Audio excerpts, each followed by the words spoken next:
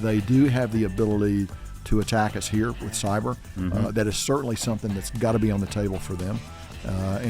So they will go where we're weakest. They won't attack probably the Department of Defense. Absolutely. There are other places that they could probably attack. And so, we at Cyber Florida look at that all the time for the state of Florida. Other entities do it in other locations. But I think that is a potential vulnerability, and I think we should certainly be aware of it. Welcome to Cyber Focus from the McCrary Institute, where we explore the people and ideas shaping and defending our digital world. I'm your host, Frank Cilluffo, and this week we have a very special episode in a very fluid environment. Couldn't ask for a better guest to talk about the crisis in the Middle East and what the implications are and help us unpack what really matters. General Frank McKenzie, former combatant commander for U.S. Central Command. He's currently the president of the Global National Security Institute at University of South Florida, and couldn't ask for a better guest to shed light on such an important set of issues than him. General McKenzie, thanks for joining us today. Frank, always good to be with you. So really appreciate you taking the time. I know your insights are in great demand, but help us from the very beginning to just unpack the situation. What should Americans be thinking about? What do you think some of the implications are? And do you think the ceasefire is going to hold? Sure, Frank. So what we see right now is an Iran that is historically weakened. They're the weakest they've been in many decades. They fought a very unsuccessful war with Israel, where in really all measurable areas they've done very poorly. They've not been able to hurt Israel particularly. They've not been able to defend their own country. Moreover, over the last year, their principal allies of Lebanese Hezbollah in Lebanon and the government of Syria have collapsed. So Iran is in a very bad place. Their strategic rocket force, which they place great credit in, has not been effective attacking Israel. Certainly, they've had some successes, but by and large, it has not proven effective. On the other hand, Israeli ability to attack Iran has been clear and obvious. The Iranian air defense network has been essentially ineffective. Ineffective against Israeli strikes, and over the weekend, ineffective against U.S. strikes that struck at the very heart of their nuclear program. So what does that mean? That means Iran badly needs a ceasefire. They need to stop the bombardment because they're losing. They've lost many senior leaders, and those senior leaders are probably going to continue to hemorrhage if they stay in the fight. So I think what we saw, first of all, the response to the U.S. strike on the Fordo and other nuclear facilities was a very carefully calibrated, choreographed, and in fact, if we're to believe what people are saying, a pre-messaged small attack against Al Udeid Air Base. To save face. To save face, 14 missiles, which is easily within our capacity to handle. Al Udeid Air Base is our largest air base in the region, located about 40 miles south of Doha, Qatar. We were able to parry that attack very efficiently, very effectively, and no casualties or any particular damage on the ground. So Iran conducted that attack, and then what that means is they've responded to our attack. Okay, they can message that to their internal audience, but what they really need is a ceasefire. And so I'm not surprised that they acceded to President Trump's terms. Over the next 24 hours, Frank, I think we'll see if the ceasefire holds. Iranian command and control is always rickety. It's not like our command and control, and a lot of their senior leaders are dead.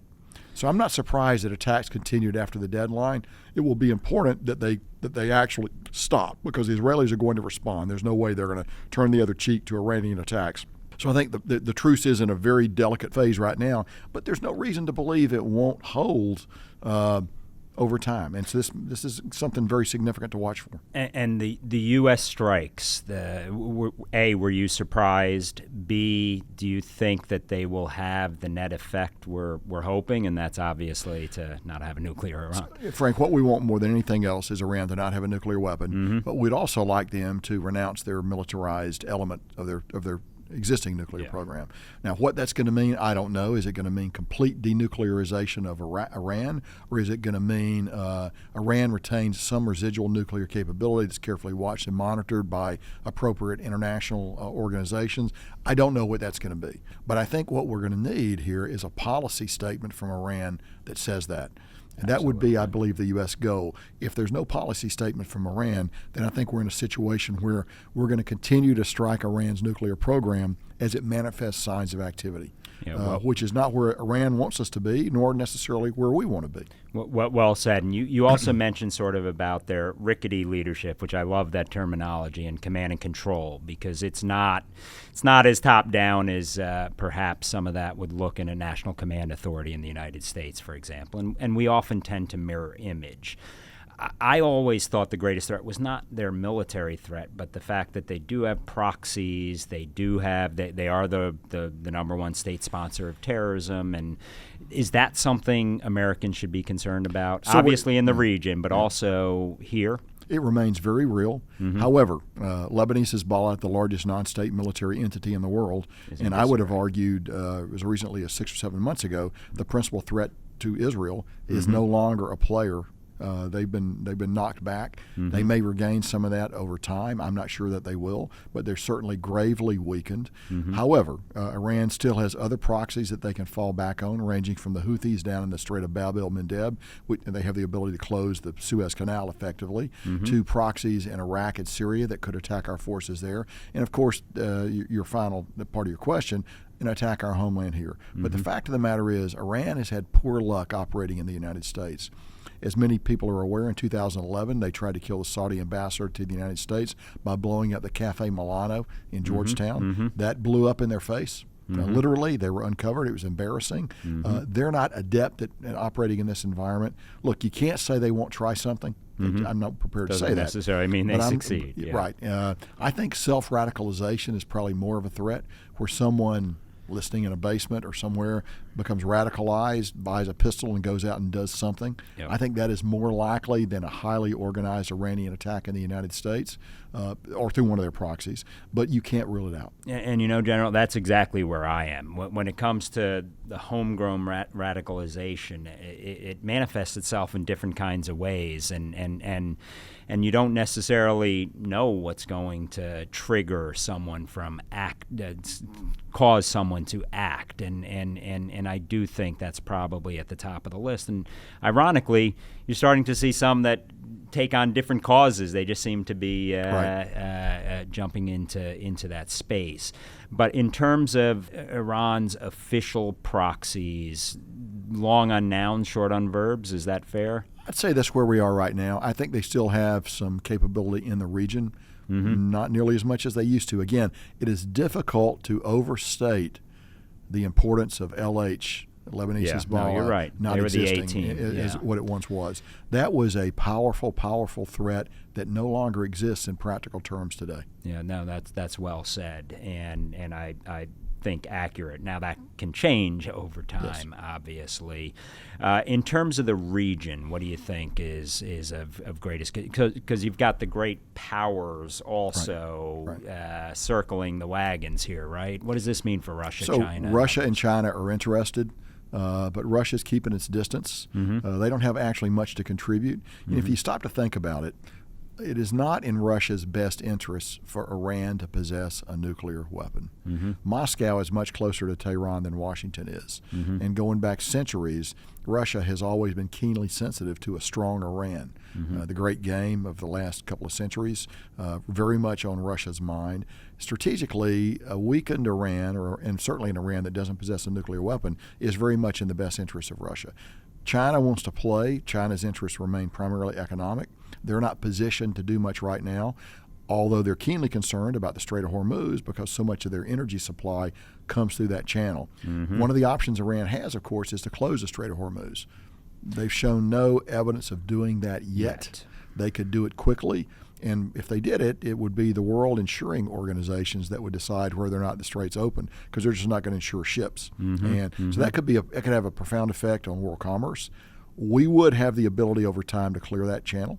It would take some time. It would not be immediate. It would probably also involve sinking and destroying the Iranian Navy. We've done that before. We're prepared to do it again if we have to, but it would not be an easy task. And energy and oil prices seem to have dropped. They seem to have dropped. Do something in the Strait of Hormuz, they'll go back up. And that's something that I'm sure we're watching that very closely. And you know, I often say it's important for U.S. interests to have a sense of what's going on in flashpoints around the world. I joke somewhat jokingly say these are movies coming to a theater near you soon. But Iran's cyber capability, maybe not at the level of the People's Republic of China or Russia, but what they lack in capability, they make up for with intent to one extent or another. They sure do, Frank. A lot of not capability at a lower level, a lot of energy behind it. Yep. Flat-footed. Literally, too. Yeah, flat-footed, ham-fisted in the United States. Mm-hmm. But they do have the ability to attack us here with cyber. That is certainly something that's got to be on the table for them. So they will go where we're weakest. They won't attack probably the Department of Defense. Absolutely. There are other places that they could probably attack. And so, we at Cyber Florida look at that all the time for the state of Florida. Other entities do it in other locations. But I think that is a potential vulnerability, and I think we should certainly be aware of it. And the adage spray and pray, I mean, it doesn't even have to be a long-standing, but I think ransomware, anything that can cause a little bit of disarray. And the flip side is this also a diversionary time for some of these great powers to enable some of their own I think you're goals. spot on that. They will look for weaknesses. They'll look for the opportunity to maneuver in cyber as we, are perhaps fixated with the Iranians. And if Iranians attack and fail, it may create a gap or an opportunity for someone else to gain access to a system that might not otherwise be available. And deception as well. So that adds to all of that, which I think is a big set of challenges. And our ability to do attribution is improved exponentially, but it's not 100%. Right. So, it's much better than it used to be, but you're right. And this would be an opportunity for a hidden hand operation, things like that. Absolutely. And help me understand, everyone's hearing about bunker buster weapons. What do we need to know there in an open setting? Certainly. So the GBU-57 is a large bomb designed to be dropped from a B-2 that can penetrate deeply buried targets. It's a combination of its weight and the way we built the weapon to get after targets that are deeply underground, like Fort O was. It's a plan and a technique that we've practiced for years. It's a contingency plan we've had on the shelf for any president should we choose to take out the Iranian nuclear program. I'm gratified to see that the operation went smoothly, that apparently uncontested by Iran, and that I believe, I'll use the words the chairman used over the weekend, we severely degraded the nuclear program. We'll know more about it in the days ahead, Frank, as we gain more knowledge about the effect of our strikes. But I think we have been effective. We have pushed the Iranians back. Just how much, we'll learn over time. Well said. And what about our own domestic missile defense consideration? I mean, obviously there's been a lot of discussion around Iron Dome, a lot of attention on Golden Dome here in the United States. Right. Anything we can be gleaning? So, look, the Israelis seem to have had a success rate of 90% or higher. And that's probably too low, for ballistic missile defense. You're going to want to be up at the 98, 99, or even higher percentile. So I think what will happen is the IDF, the Israeli Defense Force, is a learning organization. They'll get better as they're able to characterize the Iranian missiles. But look, the larger takeaway, if you're going to talk about large-scale ballistic missile defense for the United States, the fact of the matter is the time to shoot a missile down is when it launches. Exactly. It's on a fixed trajectory. It can't maneuver. It can't deploy what we would call penetration aids. It's very easy to hit. It has a large thermal bloom. It has a large signature. To do that, it requires space-based systems. Absolutely. And so if we want to defend the United States against attacks like this from intercontinental ballistic missiles, we're going to have to be prepared to put systems on orbit, persistent systems on orbit, that are going to be able to detect. We actually have a great capability to detect now, but ability to quickly categorize and respond to missiles of this nature that would launch from another continent to attack the United States. Look, I actually don't think this is technically a dramatic advance over what we're doing now. I think it's possible to do. I certainly think it's worth pursuing. I think any plan that increases the defense of the continental United States is a good thing. Plan, yeah. And there are other things we need to look at too. We need to look at defending ourselves against long-range cruise missiles, and we need to examine hypersonics. But again, a hypersonic still has to gain speed. Yeah. It has to get to where it's going, and you do. So the time to knock down a hypersonic is early in its flight before it pretty much, right? Exactly. Yeah. Before it can begin a maneuver.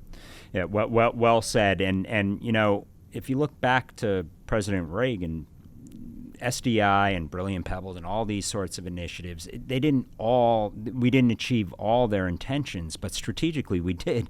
And I think it played a significant role in basically bankrupting the Soviet Union and winning the Cold War. Is that overstatement by me? So I don't think so. I think it rattled the Soviets. It had a lot to do with their behavior late, what I call late in the life cycle of the Soviet Union. And I think some of those capabilities and some of the thought behind it are particularly valid today. Look, I support the idea of a missile defense for the United States. I think the president's owned to something. Mm-hmm. It will not be inexpensive.